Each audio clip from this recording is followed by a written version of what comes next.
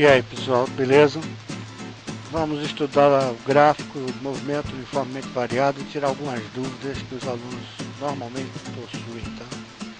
A gente tem um carro aí que vai andar em movimento uniformemente variado. O gráfico em verde é o da velocidade e o de vermelho é o da posição. Ele vai até um determinado instante e como ele está aumentando a velocidade constantemente com o tempo, tem aceleração positiva. Mas num determinado momento ele passa a ter aceleração negativa e começa a frear. Mas ele continua indo para frente, a velocidade é positiva. Ou pelo fato da velocidade estar diminuindo, não significa que ele não está indo para frente.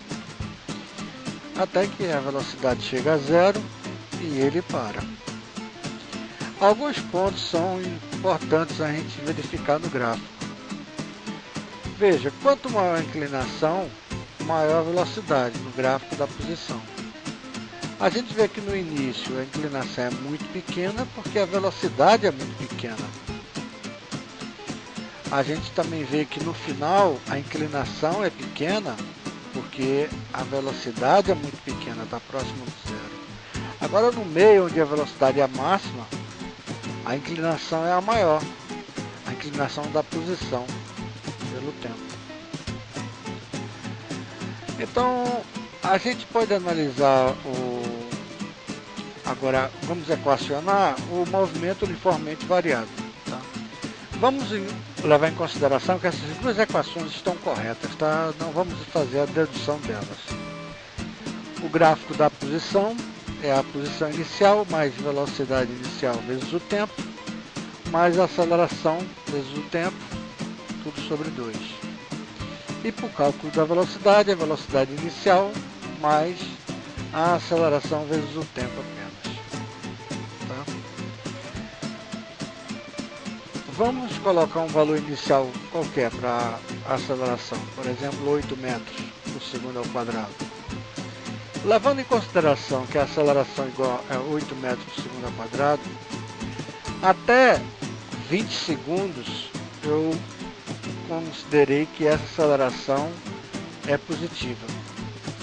Após esses 20 segundos, para que ele freie, para que ele reduza a sua velocidade a zero, eu peguei a mesma aceleração em módulo e tornei ela negativa para que nos próximos 20 segundos ele pare.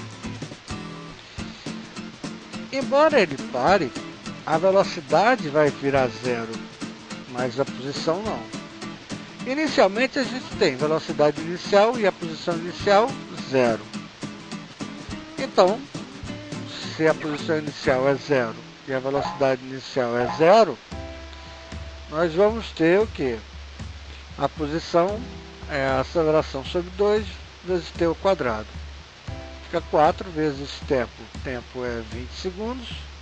Então vai ficar 20 segundos ao quadrado. 20 ao quadrado vai dar 400 vezes 4, 1.600 metros. Essa é a posição onde ele tem a velocidade máxima. Porque ele está acelerando até 20 segundos. Então a velocidade dele, a velocidade inicial é zero. E a gente pode calcular a velocidade máxima que ele atinge. A velocidade máxima que ele atinge vai ser 8, que é a aceleração, vezes o tempo, vai ser 8 vezes 20, que vai dar 160 metros por segundo. Essa é a máxima velocidade, porque a partir daí, nos próximos 20 segundos, ele vai estar freando.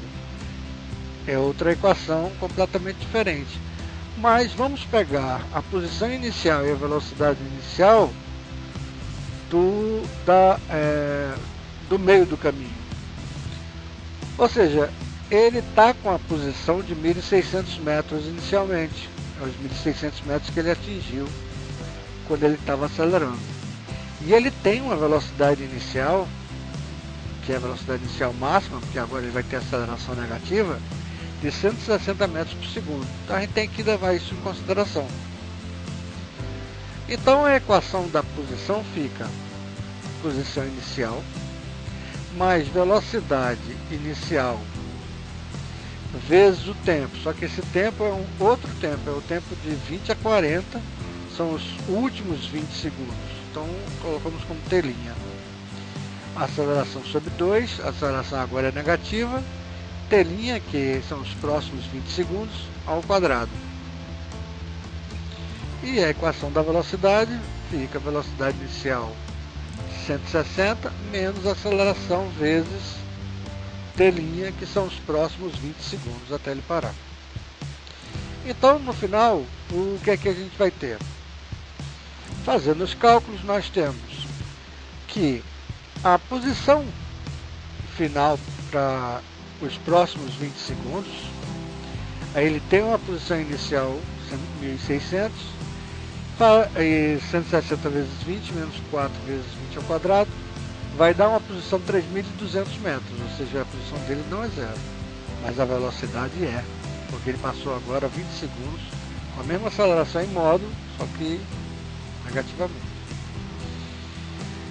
A fim de dirimir dúvidas a respeito de como o gráfico se relaciona com o que está acontecendo, eu reduzi as dimensões do gráfico, apenas para verificar que o gráfico não tem nada que coincidir com a posição do módulo, qualquer coisa desse tipo. Então eu comprimi o gráfico e nós temos em cima o gráfico da velocidade e embaixo o gráfico da posição. Você vê que o gráfico da posição faz um S, porque ele tem pouca velocidade, depois a inclinação é máxima, tem muita velocidade, depois ele vai diminuindo a inclinação até a velocidade ser zero. Mas a posição dele não é zero. Enquanto que o gráfico da velocidade voltou a ser zero, o gráfico da posição não. E essa máxima inclinação que o vermelho tem, que é o gráfico da posição, é quando ele tem a velocidade máxima. No início, que ele tem pouca velocidade, a inclinação, o gráfico vermelho, é pouca. Quanto menor a inclinação, menor a velocidade no gráfico da posição pelo tempo. Então a velocidade está aumentando, a inclinação do gráfico da posição, que aí está em vermelho, está aumentando. Está aumentando, aumentando, aumentando, até que você chega na velocidade máxima. A sua inclinação é máxima. A partir daí que a sua velocidade começa a cair, a inclinação dele começa a cair. Mas é positiva ainda. A velocidade é positiva, então ele está indo para frente ainda. Com menos velocidade, mas ele está indo para frente. Até que a inclinação vai tendendo a ficar paralela ao eixo do tempo, significando que ele está parando. Esse é o gráfico do movimento uniformemente variado. Obrigado.